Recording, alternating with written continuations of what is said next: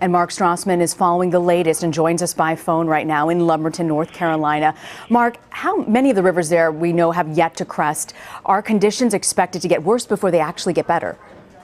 I think they are going to get worse, Rena. I mean, for instance, the Lumber River, which you just saw that piece about, I mean, that's not expected to crest until Friday, is what the mayor told me.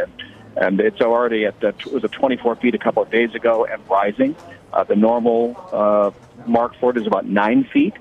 So it's almost 3 times where it normally is. And it does not crest until Friday. It's going to keep pushing water, a current of water, into the city. And if it doesn't crest till Friday, it's probably going to take a week for the city to drain. So, I mean, Lumberton's going to have this watery mess on its hands probably for at least another 10 days. And then they have to start rebuilding. So cities like this, or communities like this, have a huge challenge ahead of them for the rest of this month. We're looking at this video of people, it looks like 2 people on a boat, and you just see these cars completely surrounded, almost more than halfway up with water. I want to ask you, how is the state and federal government helping the situation?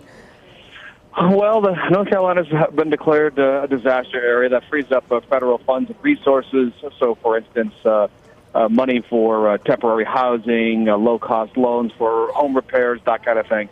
The FEMA is also here, along with a number of state search and rescue teams. They have been doing, at least 5 states I saw yesterday, were doing the bulk of pulling people out of their homes and bringing them to safety.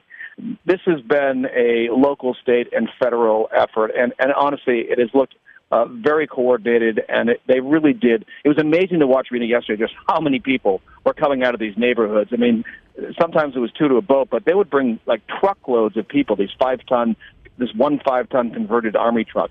They would bring 15, 20 people, and they'd all be cheering when they finally got on shore, just because a couple of them had spent the last couple of days wondering, how are we going to get out of here? And so you can imagine the relief when the boat or the truck pulls up to your house and says, you know what, we got you, it's time to go. I just can't believe it, Mark. Did these people, were they asked to evacuate? Were they in that evacuation route? They were, and there are, I think, 2 groups here. There are elderly and physically infirm people who were unable to leave on their own. They needed help. And then there, of course, there are always going to be people who just didn't leave, who heard the evacuation order and decided to roll the dice and lost in this case.